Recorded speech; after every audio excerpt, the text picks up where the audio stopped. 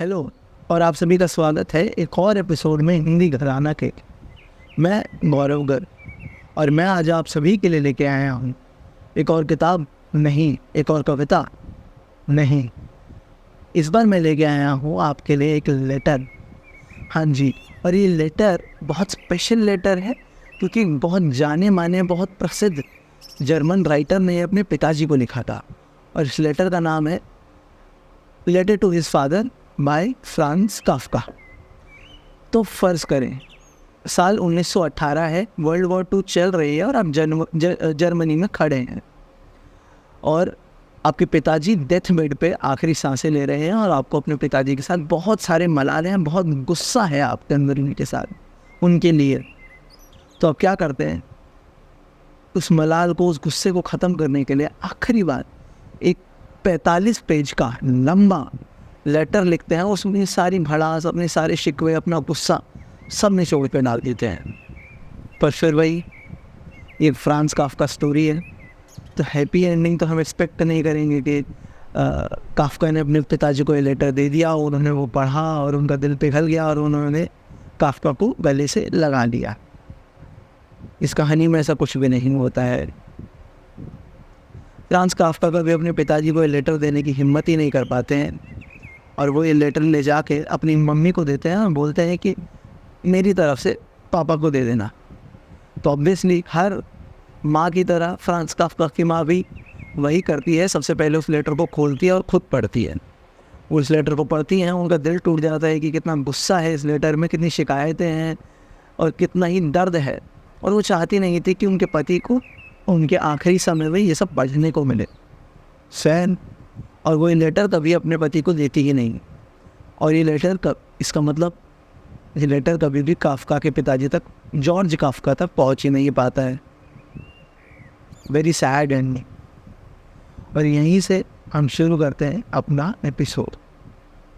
तो सबसे पहला जो पॉइंट है इस लेटर के बारे जो कि है ये, अगर हम देखेंगे मेरे पास जर्मन और इंग्लिश कॉपी दोनों हैं। मुझे जर्मन पढ़नी नहीं आती, but still I own a German copy of this letter because why not. So सबसे पहला पॉइंट ये है कि बहुत सैड लेटर है, बहुत हार्ट ब्रेकिंग है ना। क्योंकि थिंक अबाउट इट, आपने अपना सारा गुस्सा, सारी शिकायतें, सब फीलिंग्स, अपना दिल निचोड़ के एक लेटर में लिख दिया अपने पिताजी के लिए और वो कभी उसे पढ़ ही नहीं पाए। तो जिस इंसान के लिए आपने सब कुछ करा, उन्हें तो कभी ये पढ़ने का मौका ही नहीं मिला। जो आपने फीलिंग्स उनको बताने के लिए लिखी थी, वो उन्हीं को ही नहीं मिली कभी पढ़ने के लिए। पर आज मैं, आप, कोई भी ये लेटर डाउनलोड करके फ्री में पढ़ सकते हैं और पढ़ भी रहे हैं। तो ये इस लेटर का सबसे सैड पार्ट है कि जो इस पीस का इंटेंशन था लिखे जाने का इतने साल पहले, ऑलमोस्ट 100 साल से भी ज़्यादा पहले, हाँ 106 साल पहले, इस लेटर का लिखे जाने का जो रीज़न था वो इस लेटर ने कभी पूरा ही नहीं करा। And it really breaks my heart. और दूसरा पॉइंट जो है, अब आपका क्वेश्चन आएगा कि इस लेटर का सार क्या है, क्यों मैं ये लेटर पढ़ूँ। एक बेटा, आपने एक हारा हुआ बेटा, एक दिल टूटा हुआ बेटा, एक शिकायत करता हुआ बेटा अपने बाप को लेटर लिख रहा है, तो ये मैं क्यों पढ़ूँ। तो और इसकी समरी क्या है, इसमें कंटेंट क्या है। तो जो सार है इस लेटर का जो मैंने यहाँ पे लिखा है, वो सिंपल 2 सेंटेंसेस में आपके लिए ब्रेक कर देता हूँ। वो है, काफ्का अपने पिताजी से कह रहे हैं, फ्रांज अपने पिताजी से कह रहे हैं कि मैं तो बच्चा था, मूर्ख था, आप बड़े थे, आपको बेहतर बाप होना चाहिए था। ये इस लेटर का पूरा सार है कि मैं मासूम था, मैं बच्चा था, मैं बेवकूफ़ था, नहीं थी मेरी अकल, जो आपको मेरे साथ एक्सपेक्टेशन थी वो नहीं कर सकता था मैं पूरी। पर आप तो अडल्ट थे, आप बड़े थे, आप मेरे बाप थे, आपने क्यों नहीं करा।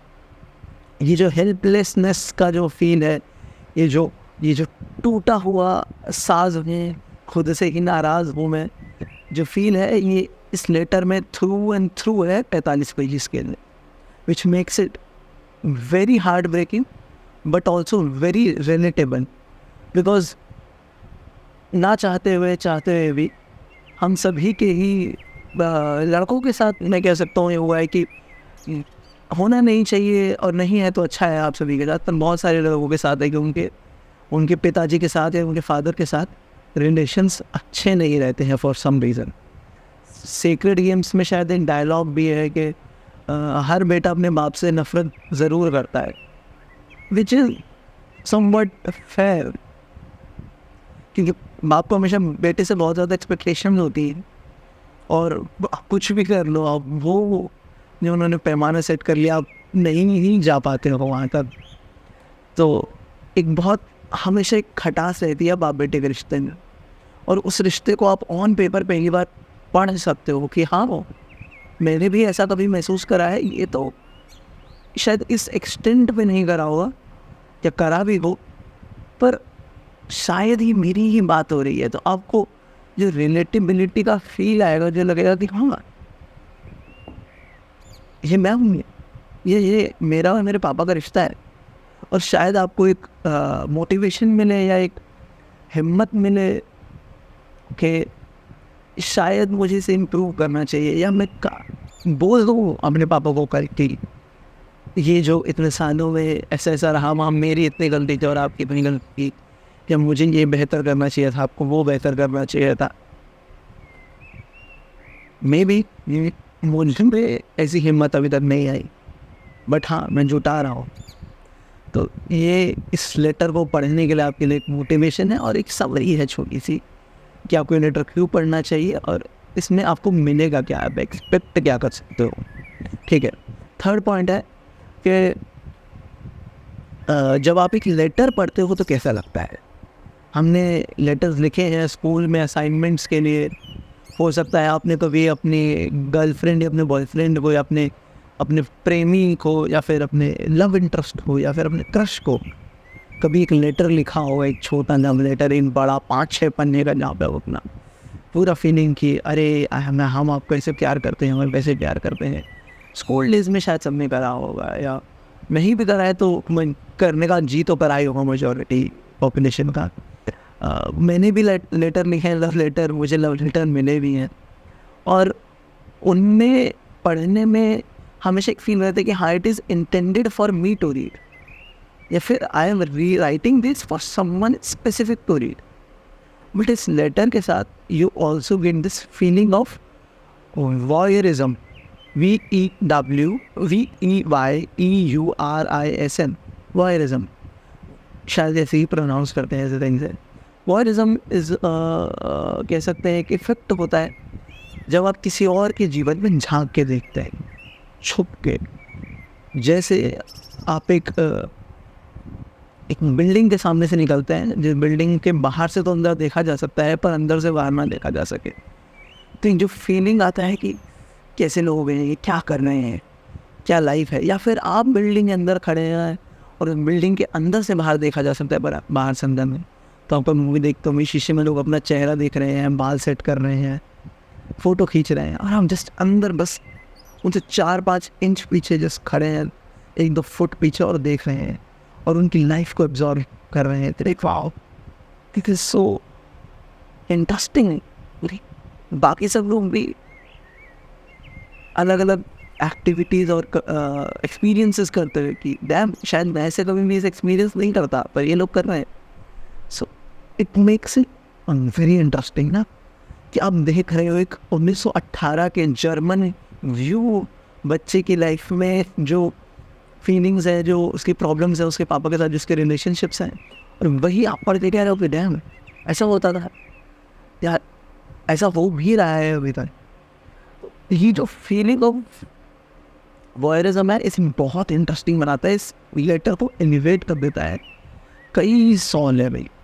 Also it gives you a feeling, अगर आपको अच्छा लगता है तो, ऑफ लाइक होता है ना कि am I suppose to even reading it, because इसको पढ़ते हुए बड़ा इलीगल लगता है कि शायद I am not even suppose to read this. यार अगर काफका को पता चले कि मैं ये लेटर पढ़ रहा हूँ तो शायद उनका दिल टूट जाए या उनको बुरा लगे, but still I can read it. और काफका को कभी पता भी नहीं चलेगा, उनका तो अपनी दिल भी नहीं टूटेगा, और एक्चुअली ये लेटर मेरी हेल्प करेगा।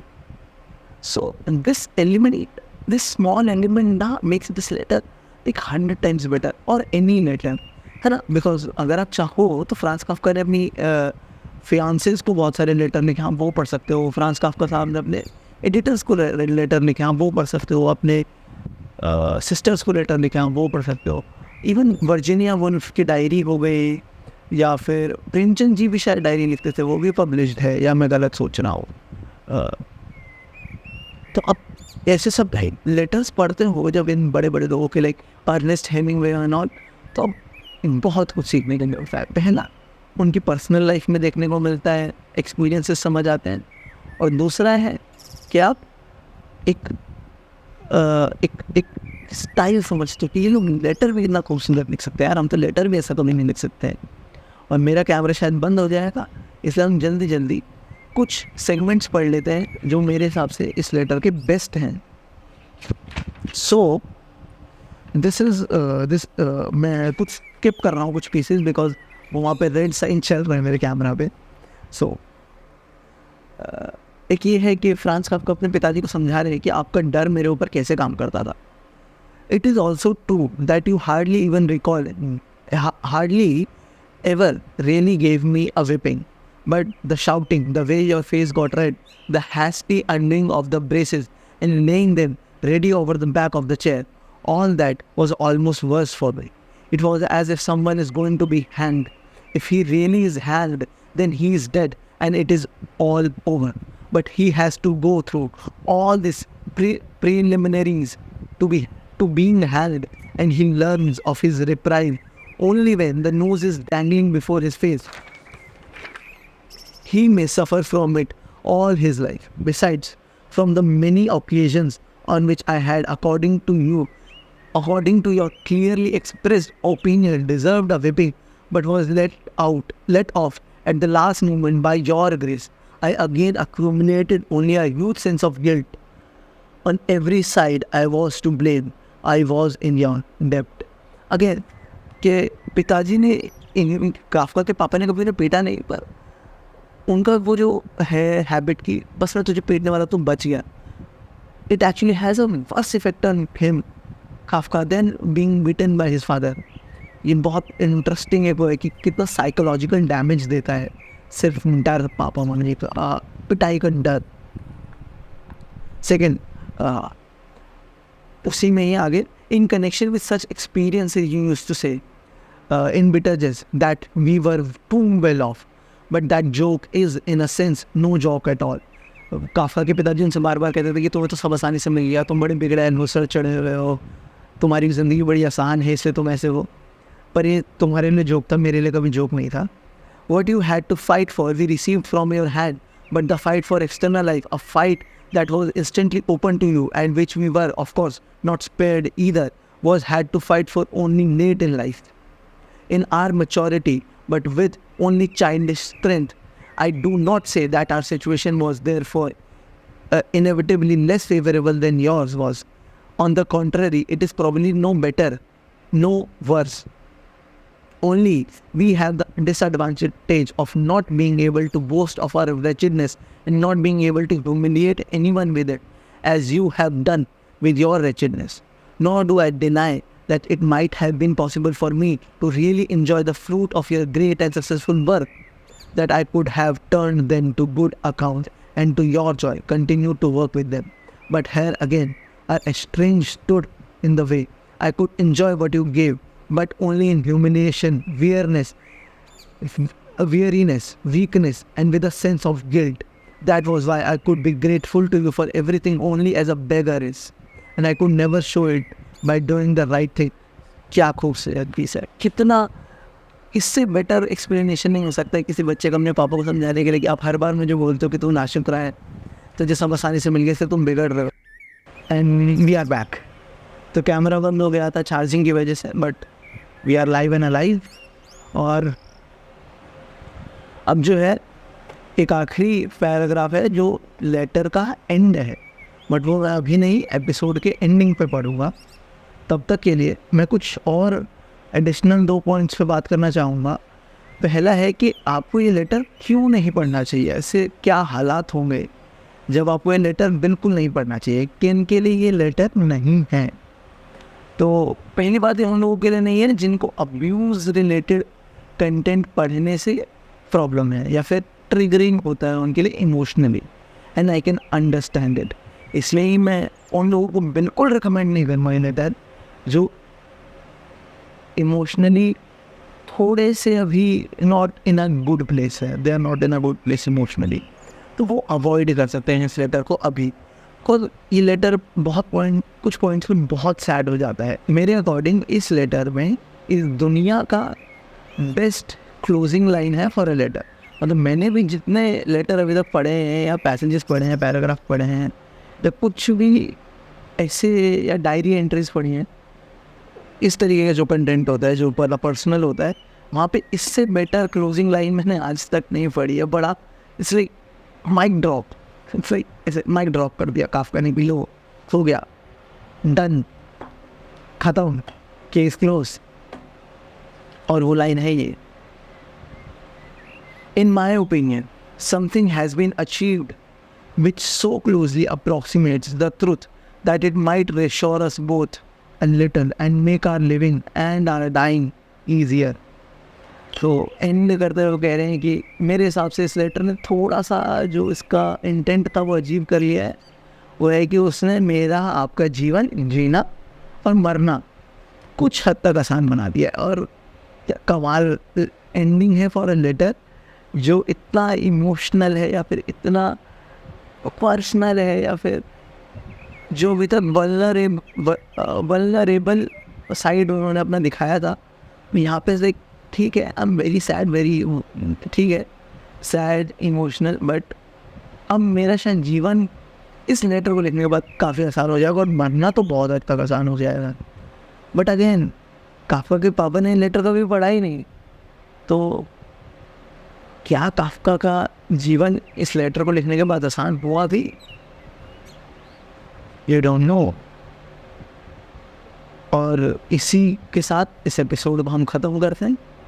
और जाते जाते एक गाना मैं आपको रिकमेंड करूँगा जो आप इस लेटर के साथ पेयर कर सकते हैं।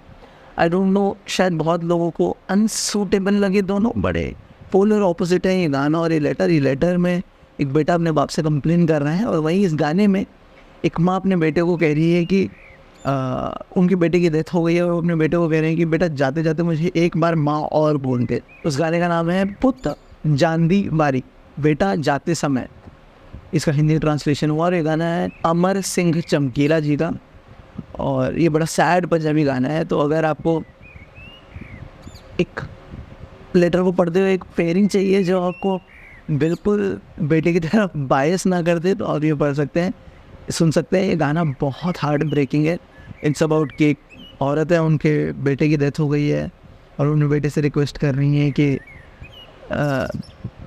प्लीज़ एक बार उठ, आखिरी बार, और मुझे माँ बोल दे और फिर चला जाइए। और वो फिर एक्सप्लेन कर रही है सर समाज को कि बेटे से बिछड़ने का दुख कितना बड़ा होता है, कितना ग्रैंड होता है, इससे बड़ा तो कुछ हो ही नहीं लगता। और वो अलग अलग मेटाफर के थ्रू एक्सप्लेन कर रही है माँ।